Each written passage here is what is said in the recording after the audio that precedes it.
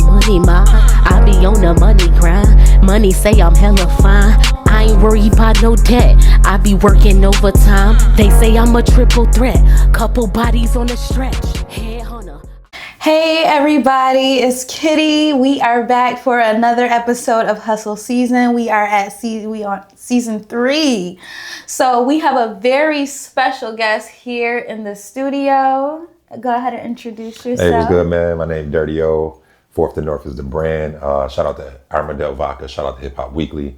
Shout out to the Culture Report. Just No Gimmicks Podcast.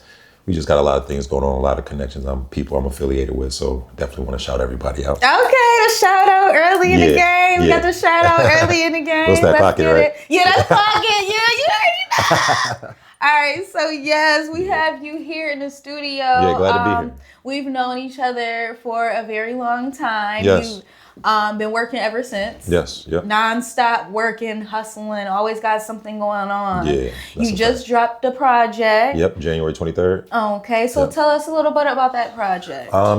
Since I've definitely been doing music for a while, and I feel like we at a space now where it's like I consider myself more of a older rapper than, like the new drill rappers and everything going on. So we came up with a project called ONRB, which stands for Older Niggas Rap Better. Right. You know what? I was gonna ask you what it meant. I love that. Yes, Okay. I'm sorry. Elaborate. That's kind of the movement, the wave we pushing right now. Volume 1 dropped January 23rd. Okay. Me and my No Gimmicks podcast co-host, Bless 3K, he produced the whole project, and me and him basically rapped the whole song. I mean, every song, 6 songs. I got a solo. He got a solo, and we got 4 songs together. Then Volume 2 is already done, and that's dropping March 20th. Okay. And that's a solo project with just me on there. Okay. Yeah. So the solo project has no features. Yes. And then the project you just dropped has features. Yes, just Bless 3K, me and Bless 3K, and we got one feature with another artist we work with named Horsey Sun God. Okay, so that's good. I love the vision behind that project, from you just explaining that to me, because I'm a classic person. Right. I'm a 90s girl. Yeah. So I love classic music and drill rap, and the newer music is okay. But when I actually started getting into music, I didn't even like rap music. Right. And that's even though it's my culture, hip hop is my culture. And it's not that I didn't like it, it's just that I didn't listen to it much. I was more like R&B, like John B. Case. Like the classic R&B. Classic. But when I started listening to rap more, I realized that I resonated more with classic rap, or like rap with intention. Yeah, substance. Substance. Yes, substance is big for me when it comes to music. Yeah. So that's one thing that I was gonna ask you, being lyrical versus being, factual. Like, so what do you think is more important as a rapper? Like, I know there's like rap where you got, I'm in the studio, we got all this money, blah, blah, blah. Yeah. And then you got like more like J. Cole, he's speaking with intention, he's speaking with, what do you think is most important as far in your perspective? Because everybody's perspective is different. Right. So what do you think is most important as a rapper? So people like J. Cole and them will follow along the lines of some of my favorite artists, just because they do have the substance, like you can actually learn, you can, there's a lot that come with their music. Like you could tell they telling you their story, they give you their point of view on things. The melodies, the hits, I think, I never consider myself to be that type of person. I respect it. You want to be reach the top of the game, the Drakes, get to that status. Yeah. But I like substance. I like content. I like for people to hear my music and then see interviews like this and then put them together. Yeah. And kind of be like, okay, now I can listen to this song and make more sense when I get a little piece of information about how he came up and, my lifestyle and all of that. Yeah, because music is like therapy, right. Like I don't really know, like I can only speak for myself and my perspective, but when I listen to certain songs, I find it therapeutic hearing certain stories in music, or like I can bop, I can dance to a bop or a drill song, but it's nothing like listen to a song that really means something. Yeah. And even with like a lot of this music that isn't like, like the J. Cole's, Like I noticed, like you're rapping about money, rapping about things. I've called people bluff. Yeah, fake it till you make it is a real thing. But you know what? It's a You real ain't gotta thing. fake it like that. It works for some people. Like, It works for some people. But I mean, if it works for some people, cool. But that's why I find a little more value in the substance behind rap, Yeah, like actually genuine rapping artists. about something that matters, because I know it's a lot of cat rap and Yeah, everything like that. yes. That doesn't give me therapy. Right. Therapy is me actually listening to somebody who say what they mean and mean what they say. I find it weird when I find people who can listen to their club music in the house. Yeah, Like right? my music in the house is the therapy. That's the music I want to relate to that. The club music, you can separate that. It's a turn up, it's a party. I want to separate the two. Yeah, because when I'm cleaning my house, I'm gonna be distracted if they talking about shake that. Yeah, You know what I right, mean? Like right. I want to hear something that I can, like when I'm cleaning and I'm like, yeah, it's fitting you know, the vibe. you kind of look back at the radio like, yeah, you know. Yeah, So I that's agree. the type of artist that I am, you know, in that not artist. That's the type of listener I am, Right. in that aspect. So yeah, that's great. So being versatile in the music industry is definitely important. Also, being able to appeal to different audiences. Yeah. How do you find yourself being able to do that? Like appealing to the older crowd and the younger crowd. Do you find yourself focused on that aspect of things, or are you more appealing to a certain crowd? I think I'm more appealing to like the hip hop heads. Okay. You know, the people that's going, you know, like bring up the Wu-Tangs and the Tupacs and the DMXs, people that like that type of music.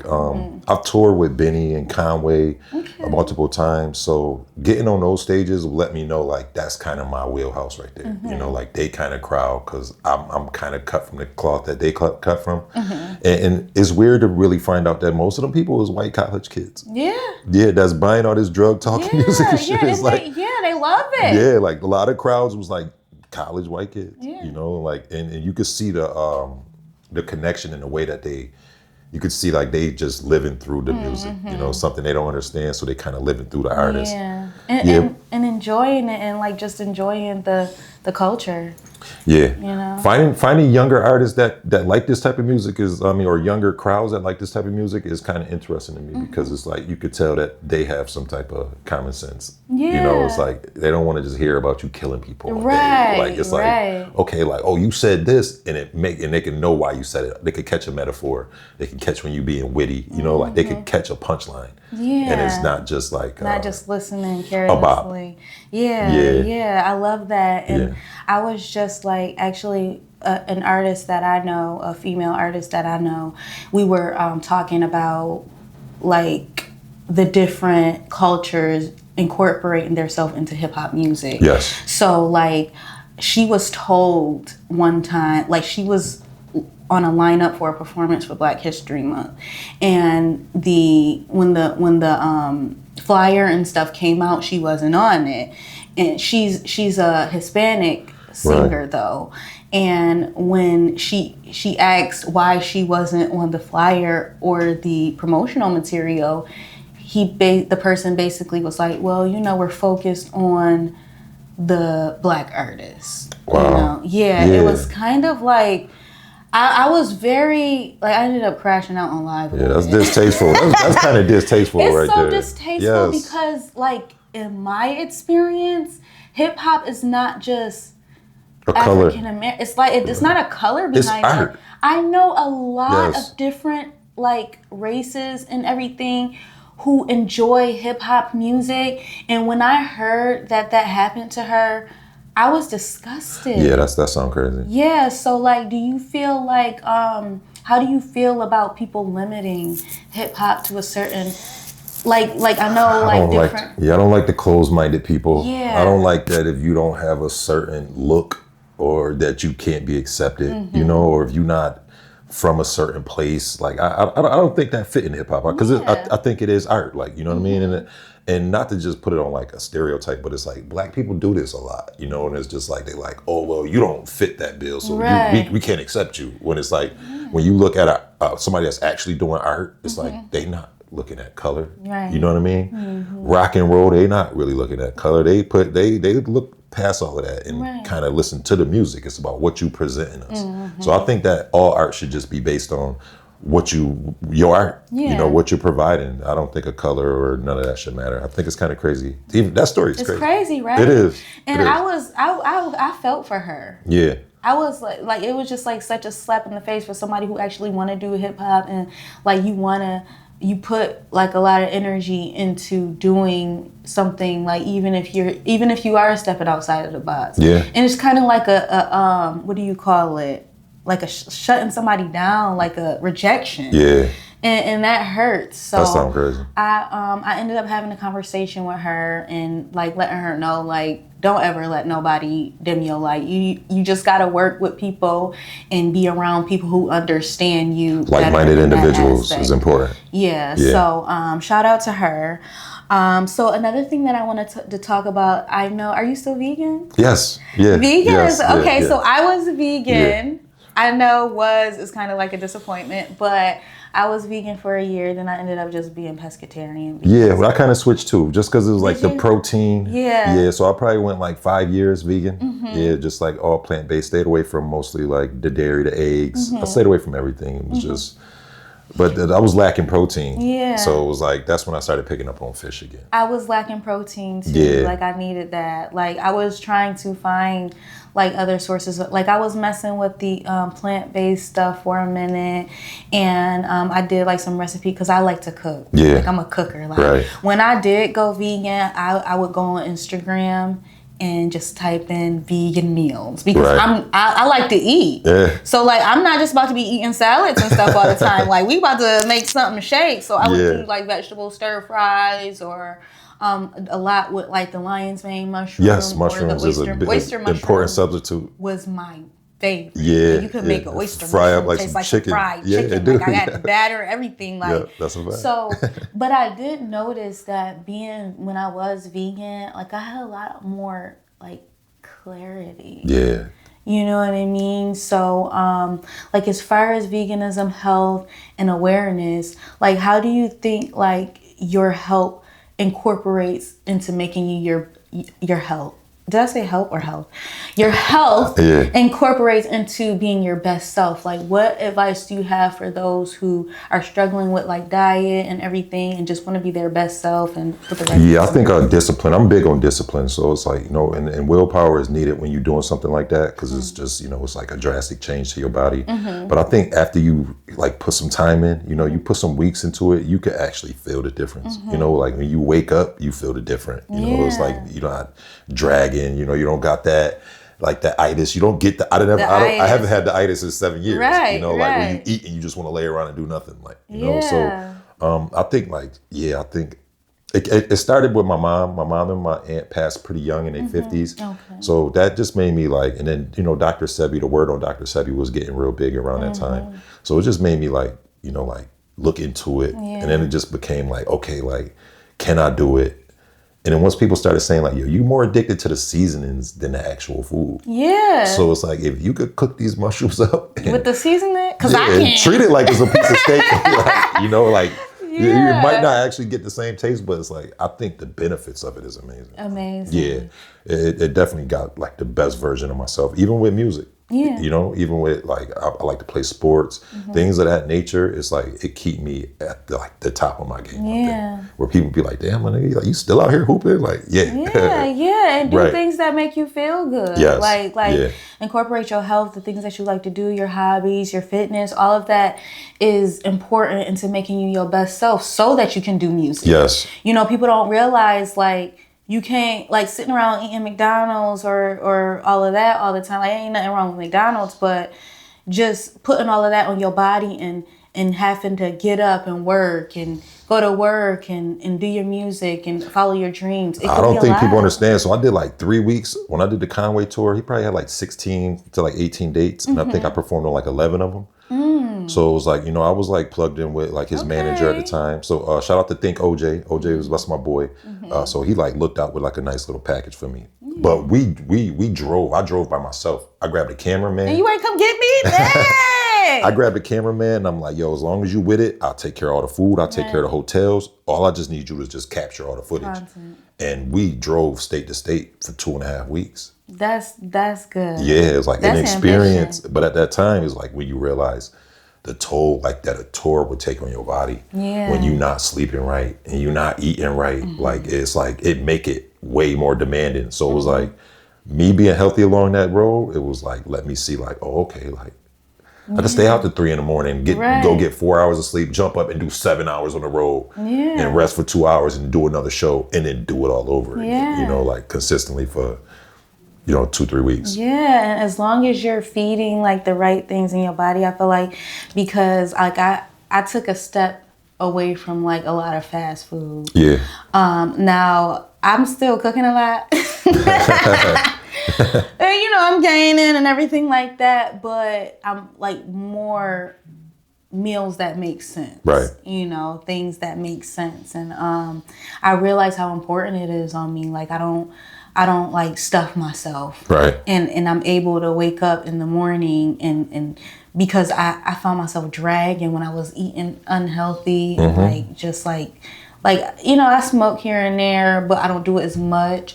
So when I was just doing all of that stuff heavily, I would drag to come to the studio. Right. I'd be like, if they cancel, please cancel, please cancel. I'm waiting for them to cancel. Yeah. But I realized when I started eating better and doing more things health consciously, I just felt better about everything that I was doing. The energy important. change. Yeah, it's definitely important. Yeah, definitely. So also I wanted to talk about No Gimmicks podcast. Yes. So I've been seeing that. So it's a live podcast. Yep.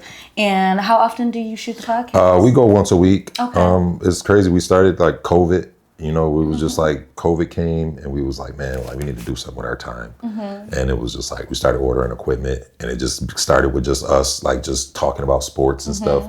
And then, started reaching out to a few people and it was like, then, it started like building and I like it. I like the podcast space. You like podcasting? Yeah. Ain't it so free? It is. Great. It is. Yeah. And I think it's like, like men, we don't do a lot of gossiping like Right. So it's like that space is kind of real relief. Like it's like after that hour, everybody go home peaceful and just, just a nice conversation. Just go about your business. That's why Right. I love podcasting so much, because it's like you just have a nice conversation with people. Yes. And then you got like relevant content. Yeah. To go about your business. And even when I'm clipping like my episodes and stuff like that, doing my clips, it's just like rewarding. Like, oh wow, this was a great topic. Right.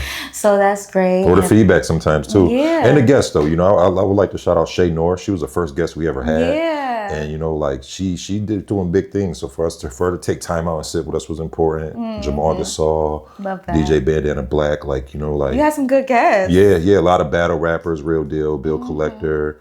So we had some people that, and you appreciate them more when you see people just take their time out to do, come and sit down and kick it with you for free. Just I love that. Right? Yeah. So do you find a hard time finding topics, because I know like you have like more of a lifestyle, like you talk about more like lifestyle things. You talk about like the person, and you get a nice feel of them. Yeah. But you talk about like real stuff that's going on and everything like that. Yes. Do you find it hard finding topics for people to connect with, or do you already like kind of know what you're going into when you? No, I kind of freestyle it, but for the most part, I like to go review older interviews or older content and see what got the people going or what got the most buzz, and then kind of go from there. And it's like, I don't like to stay local, but like sometimes like being in Niagara Falls and talking about Niagara Falls get you more views, or talking about the Buffalo artists when we talk about Benny and Conway situations or something sometimes. But we do try to stay away from all the like shade and the hate and, anything along them lines. We like to stay positive for the most part. I know. I like what you're doing. Yeah. So, like I said, we've known each other for a while. Yes. And we both just doing what we gotta do, Yeah, right? I love to see your grind, man. Yeah, Once you started, you hit the you. ground. You ain't stopped. I hit the grind, I ain't stop. Yeah, Look, I yeah. can't. I got ADHD. Look. Feed it. Yes. Feed it. Yes. Yeah. So, So like, okay, so I want you to go ahead and just tell the people what you got coming up, Yeah. like, what they should be looking forward from you going forward. Yeah, so right now I'm just gonna be locking in on a lot of like podcasts and like platforms where we do like freestyles. I think like displaying the lyrical ability and like getting that out there is important. So it's a lot of things set up in New York and Atlanta for me right now. I'm just basically like getting the promotion part of the CD going. I want to wait for the second project to be ready to drop. And then from there, it's going to be like a big promo run. So Older Niggas Rap Better Volume 1 out right now, all platforms. Older Niggas Rap Better Volume 2 dropping March 20th.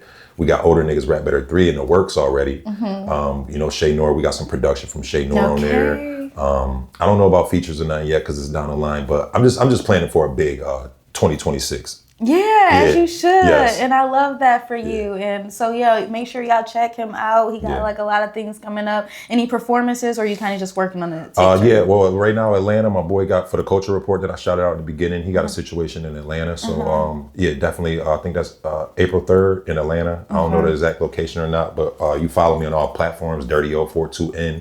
That's on all social media, Snapchat. It's all the same. I was lucked up getting the same handle for everything. Yeah. But Dirty042N. You follow me there. I keep you in touch with everything that's going on. Oh, okay, so that's where y'all can follow him on Yes. social media, and make sure y'all check up on him with everything that he has going on. Check out his tape. Yeah. Great concept behind the tape. Yes. So I love that for you, and I love to see you grinding and Yeah. striving. Yeah.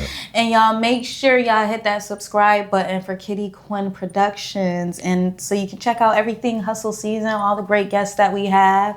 You can follow me on social media, on Instagram, Kitty Quinn Productions, and on Facebook, Hustle Season or Kitty Quinn. And yeah, hit that subscribe button, and just make sure y'all don't forget to stay hustling. So bye.